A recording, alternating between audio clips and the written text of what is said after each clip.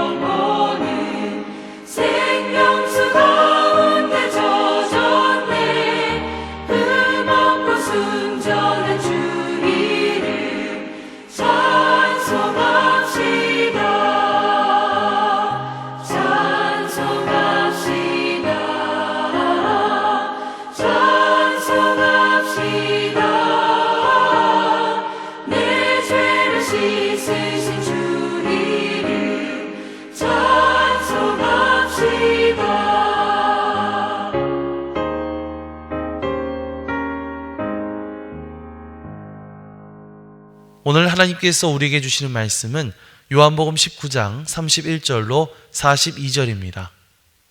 이날은 준비일이라 유대인들은 그 안식일이 큰 날이므로 그 안식일에 시체들을 십자가에 두지 아니하려 하여 빌라도에게 그들의 다리를 꺾어 시체를 치워달라 하니 군인들이 가서 예수와 함께 못 박힌 첫째 사람과 또 그 다른 사람의 다리를 꺾고 예수께 이르러서는 이미 죽으신 것을 보고 다리를 꺾지 아니하고 그중 한 군인이 창으로 옆구리를 찌르니 곧 피와 물이 나오더라. 이를 본 자가 증언하였으니 이 증언이 참이라. 그가 자기의 말하는 것이 참인 줄 알고 너희로 믿게 하려 함이니라. 이 일이 일어난 것은 그 뼈가 하나도 꺾이지 아니하리라 한 성경을 응하게 하려 함이라. 또 다른 성경에 그들이 그 찌른 자를 보리라 하였느니라. 아리마대 사람 요셉은 예수의 제자이나 유대인이 두려워 그것을 숨기더니 이 일 후에 빌라도에게 예수의 시체를 가져가기를 구하매 빌라도가 허락하는지라. 이에 가서 예수의 시체를 가져가니라. 일찍이 예수께 밤에 찾아왔던 니고데모도 모략과 침향 섞은 것을 100리트라쯤 가지고 온지라. 이에 예수의 시체를 가져다가 유대인의 장례법대로 그 향품과 함께 세마포로 쌌더라. 예수께서 십자가에 못 박히신 곳에 동산이 있고 동산 안에 아직 사람을 장사한 일이 없는 새 무덤이 있는지라. 이날은 유대인의 준비일이요 또 무덤이 가까운 고로 예수를 거기 두니라. 이는 하나님의 말씀입니다. 아멘. 할렐루야. 오늘도 말씀을 듣는 여러분의 심령 가운데 성령님의 감동하심이 함께하여 주시기를 주님의 이름으로 간절히 축원합니다. 유월절 전날 밤 제자들과 함께 마지막 만찬을 나누신 예수님은 겟세마네 동산에서 로마 군인들에게 체포되셨습니다. 대제사장들과 빌라도 앞에서 신문을 받으신 예수님은 결국 빌라도의 선고를 통해 십자가형을 받게 되셨죠. 골고다 언덕에서 십자가에 못 박히신 예수님은 마지막으로 다 이루었다 외치신 후에 숨을 거두셨습니다. 그렇게 결국 예수님이 돌아가시게 되자 사람들은 모든 것이 끝났다고 생각했습니다. 끝까지 예수님을 따르며 예수님이 뭔가 반전을 보여주시길 바랬던 사람들은 모두 다 허무함을 느꼈을 것입니다. 그들은 하나둘씩 흩어지기 시작했고 그 자리를 다 떠났습니다. 이제 남은 것은 로마 병사들이 시신을 정리하고 유대인들은 유월절을 준비하는 일뿐이었죠. 이렇게 결국 예수님이 돌아가시는 모습을 보면서 사람들은 질문했을 것입니다. 이제 정말 모든 것이 끝난 것일까? 하나님은 이렇게 예수님을 버리신 것일까? 또한 예수님이 죽으신 십자가 앞에서 우리도 질문을 던지게 됩니다. 십자가 죽음 이후에도 하나님은 여전히 일하고 계실까? 오늘 우리는 예수님이 십자가에서 돌아가신 직후에 있었던 그 일들을 함께 생각해 보면서 이러한 질문에 대한 답을 좀 찾아보려고 합니다. 예수님께서 숨을 거두신 후 어떤 일들이 벌어졌으며 그 사건들이 오늘 우리에게 어떤 의미를 주는지 함께 생각해 보는 시간이 되기를 원합니다. 예수님이 십자가에서 운명하신 날은 유월절이 시작되는 안식일의 전날이었습니다. 유대인들은 율법에 따라 시체가 안식일 동안 십자가에 매달려 있는 것을 원하지 않았습니다. 그래서 빌라도에게 요청하여 십자가에 달린 사람들의 다리를 꺾어 빨리 죽게 하고 시신을 내리도록 요청했죠. 이 십자가형이라고 하는 것은 우리가 생각한 것보다 훨씬 더 잔인한 사형 방식이었습니다. 십자가에 매달리면 시간이 지나면서 점점 숨쉬기가 어려워지는데요.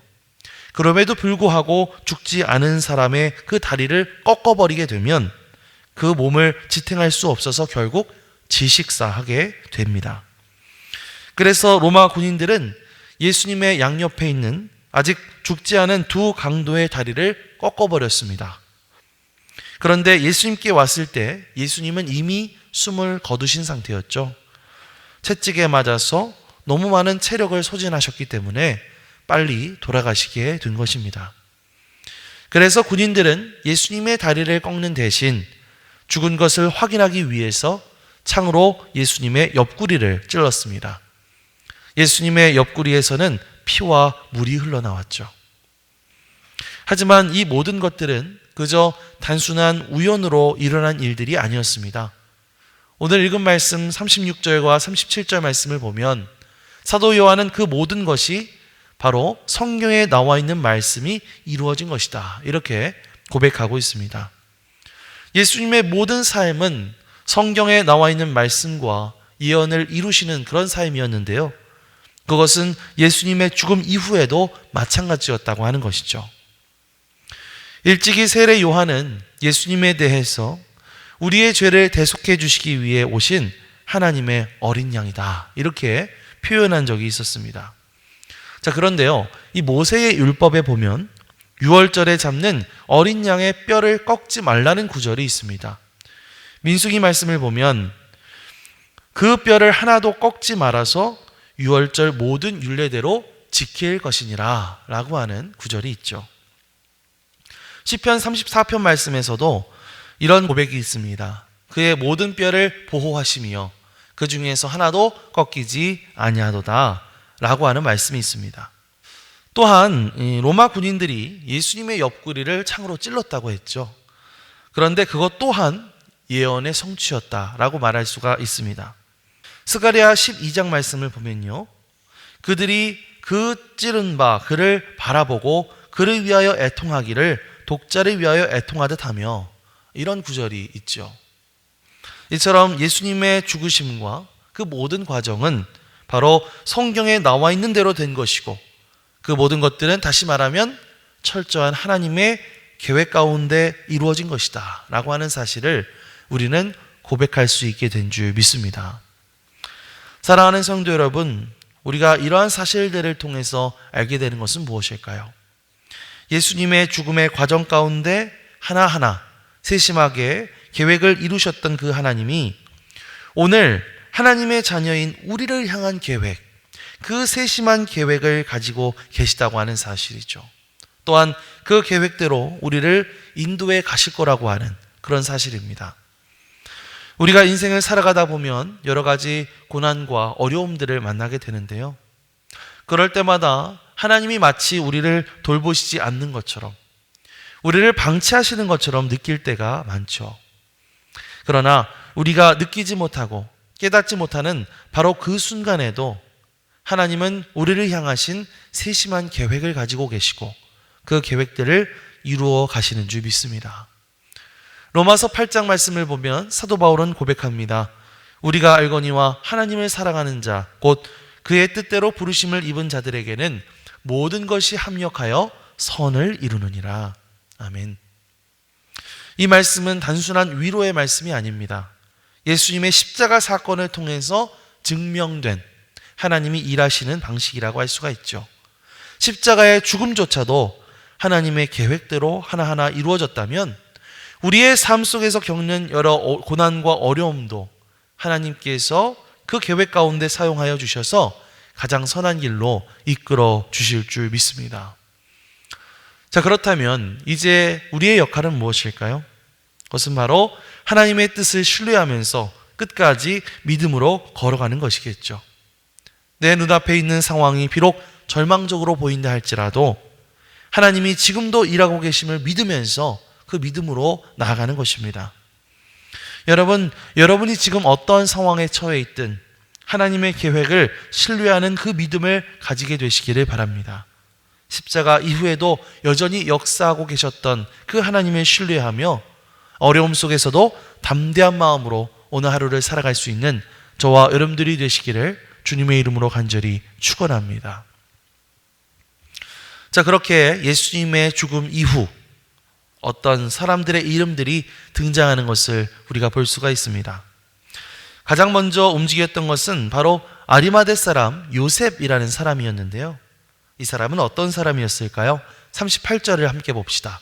아리마대 사람 요셉은 예수의 제자이나 유대인이 두려워 그것을 숨기더니 이 일 후에 빌라도에게 예수의 시체를 가져가기를 구하매 빌라도가 허락하는지라 이에 가서 예수의 시체를 가져가니라. 아멘.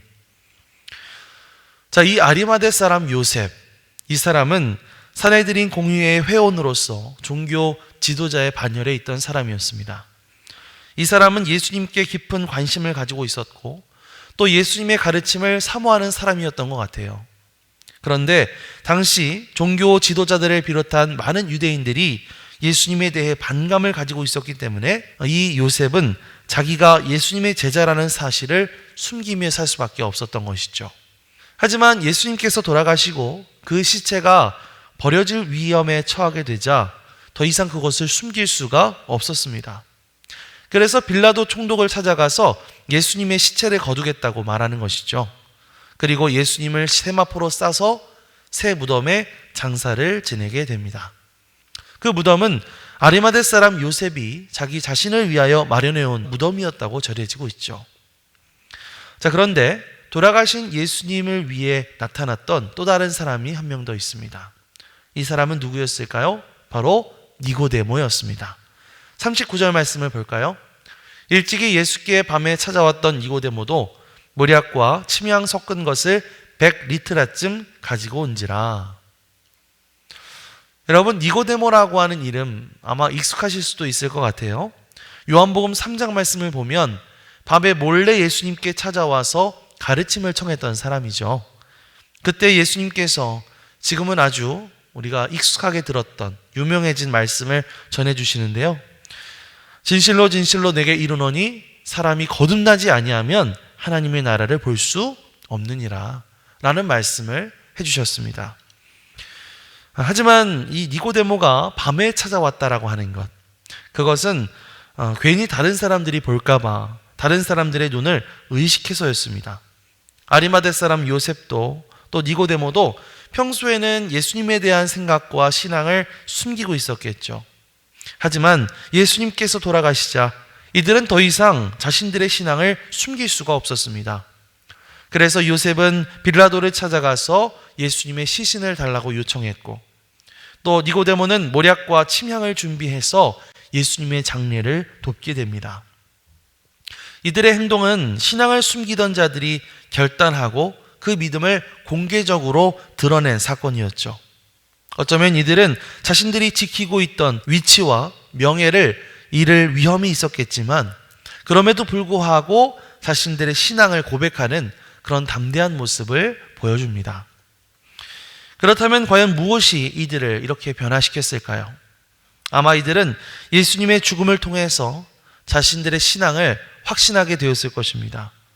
예수님이 돌아가시기 전까지 이들은 예수님의 능력을 보았고 또 말씀을 들었지만 완전히 믿지 못했는지도 모릅니다.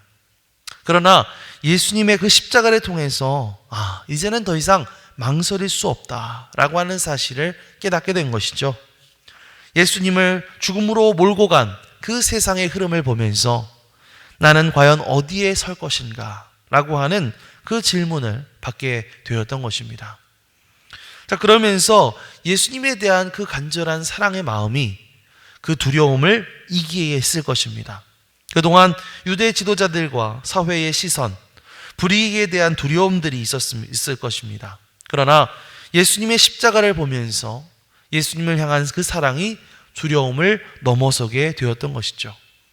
사랑에는 두려움이 없고 온전한 사랑이 두려움을 내쫓나니 라고 하는 요한일서 4장 18절의 말씀처럼 예수님을 향한 사랑이 그들의 어떤 두려움을 내쫓고 그들을 행동하게 만들었던 것입니다.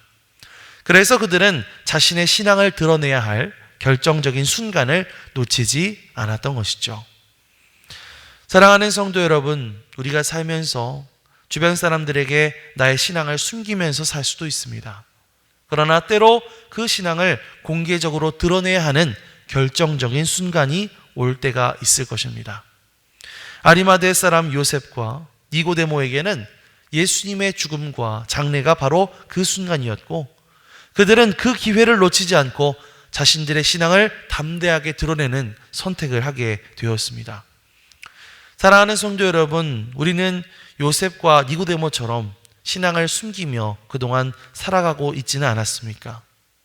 직장과 학교에서 또 친구들 사이와 가족들 앞에서 내가 예수님을 믿는다라고 말하는 것을 부담스럽게 여기거나 사람들의 시선이 두려워서 나의 믿음, 나의 신앙을 숨기고 살아가고 있지는 않았습니까?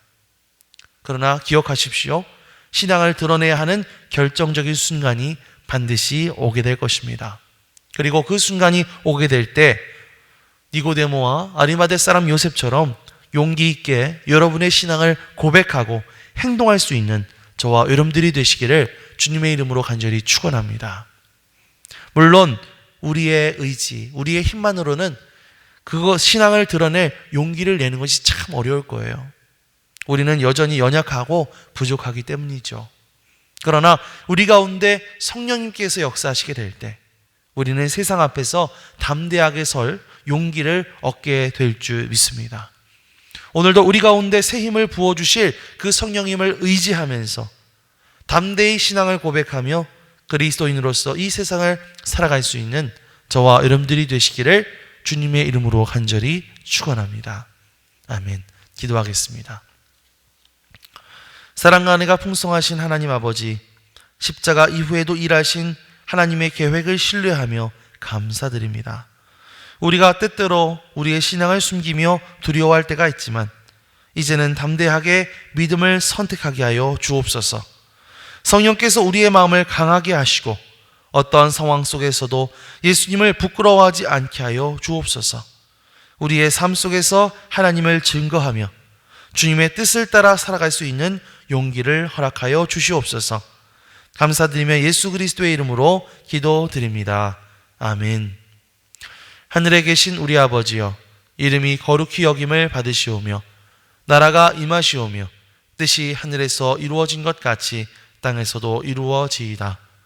오늘 우리에게 일용할 양식을 주시옵고 우리가 우리에게 죄 지은 자를 사하여 준 것 같이 우리 죄를 사하여 주시옵고 우리를 시험에 들게 하지 마시옵고 다만 악에서 구하시옵소서. 나라와 권세와 영광이 아버지께 영원히 있사옵나이다. 아멘.